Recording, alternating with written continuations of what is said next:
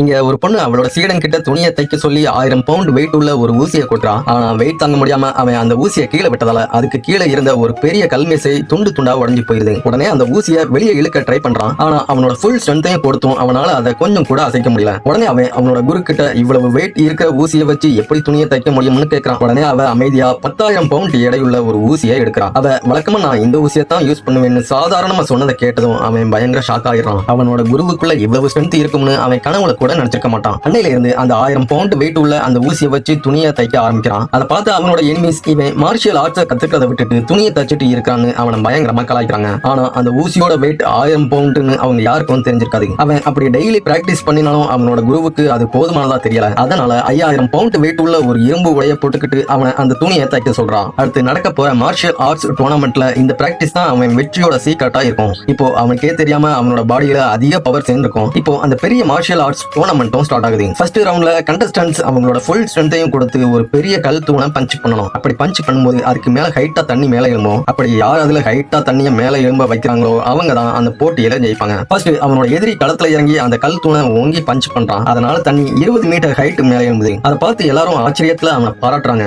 அடுத்ததா ஹீரோ வந்து பஞ்ச் பண்ணும்போது தடுமாறி கீழே விழுகிற மாதிரி போயிடறான். ஆனா தண்ணி 1 மீட்டர் ஹைட் தான் மேல எழும்புது. அதை பார்த்து எல்லாரும் அவனை கிண்டல் பண்ணி சிரிக்கிறாங்க. செகண்ட் ரவுண்ட்ல அவங்க ஒரு ரோப்ல நடந்து ஒரு இடத்தை ரீச் பண்ணணும். யார் கம்மியான டைம்ல ரீச் பண்றாங்களோ அவங்க தான் ஜெயிப்பாங்க. அப்போ அவனோட எதிரி வெறும் 5 நிமிஷத்துல அந்த ரோப்ல நடந்து எல்லாரையும் ஆச்சரியப்படுத்தான். இப்போ ஹீரோ அவனோட அயன் ஷூட்டை கழட்டி போட்டுட்டு ரோப்ல நடக்கலாம்னு போறான். ஆனா அவனோட குரு வேண்டாம்னு தடுத்துறான். ஏன்னா அதை போட்டுக்கிட்டு நடந்தா தான் அவனோட டேலண்ட் அதிகமாகும்னு நம்புறான். ஸ்டார்டிங்ல அந்த அயன் ஷூட் வெயிட்டால அந்த ரோப்ல அவனால பேலன்ஸ் பண்ணி நிக்கவே முடியல. ஆனா கொஞ்சம் கொஞ்சமா அந்த வெயிட்டை பேலன்ஸ் பண்ணிக்க கத்துக்கிறான். அப்போ அவன் எதிரியோட குரு ஹீரோ மேல ஒரு சீக்ரெட் அட்டாக் பண்றான். இதனால அவன் தடுமாறி கீழே விழ போன டைம்ல ரெஃப்ரி அவனை காப்பாத்தி திரும்பவும் ரோப் மேல நிக்க வைக்கிறாரு. அந்த சம்பவத்தால இந்த ரவுண்ட்லயும் தோத்துறான். ஆனா ரெஃப்ரி அவன் போட்டுக்கிற ஹெவியான அயன் ஷூட் தான் அவனோட வேகத்தை குறைக்குதுன்னு புரிஞ்சுக்கிறாரு. கடைசியில லாஸ்ட் ரவுண்ட் வருது. இதுல ஜெயிக்கிறவங்களை தான் சாம்பியன் அறிவிப்பாங்க. அவனோட எதிரியை இதுவரைக்கும் யாருமே ஜெயிச்சிருக்க மாட்டாங்க. அவ்வளவு பவர்ஃபுல்லானவனா இருப்பான். அப்போ ஹீரோ இதுதான் அவனோட கடைசி சான்ஸ் புரிஞ்சுக்கிட்டு அவன் போட்டிருந்த 5000 பவுண்ட் வெயிட் உள்ள அந்த ஷூட்டை கலட்டி போட்டுறான். ஆனா அவனோட ஆப்போனன்ட் அவனோட பவரை பத்தி தெரியாம தொடர்ந்து அவனை கலாய்ச்சிக்கிட்டே இருக்கிறான். உடனே அவன் ஹீரோவை அட்டாக் பண்றதுக்காக வர்றான். அப்போ ஹீரோ இதுக்கப்புறம் தன்னோட பவரை மறைக்க வேண்டிய அவசியம் இல்லைன்னு புரிஞ்சுக்கிறான். ரொம்ப நாள் 1000 பவுண்ட் ஊசியாலையும் 5000 பவுண்ட் ஷூட்டாலையும் பிராக்டிஸ் பண்ணதால அவனோட ஃபுல் ஸ்ட்ரென்த்தையும் கொடுத்து அட்டாக் பண்ண ஆரம்பிக்கிறான். அந்த அட்டாக்கை தாங்க முடியாம எதிரி 100 மீட்டர் தூரம் போய் விழுறான். இதுக்கப்புறம் அவனால எந்திக்க கூட முடியாது. அதை பார்த்த ஆப்போனன்ட்டோட குரு வேகமா ஹீரோவை அட்டாக் பண்ண வர்றான். அந்த டைம்ல ஹீரோவோட குரு முன்னாடி வந்து அவனை தடுக்கிறான். அப்போ அவ பண்ணின ஒரே ஒரு பஞ்சால அவனோட ஆன்மாவே அவனோட பாடியில இருந்து பிரிஞ்சு போயிருது. இதோட அடுத்த பாட்டுக்காக மறக்காம நம்ம சேனலை சப்ஸ்கிரைப் பண்ணிருங்க.